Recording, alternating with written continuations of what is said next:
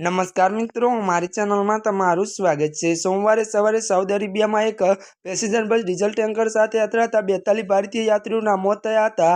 प्रारंभिक मीडिया अहेवालों अनुसार मोटाभागना यात्रीओ हैदराबादना हता। प्रारंभिक अहेवालों दर्शावे छे के मोटाभागना मृतको भारतीय नागरिको छे, जेमां घणा हैदराबादना छे। तेलंगाना सरकारे आ घटनानो तात्कालिक जवाब आप्यो छे। जणाव्युं छे के रहियादारमा त्यारे भारतीय दूतावास साथे संपर्कमां छे।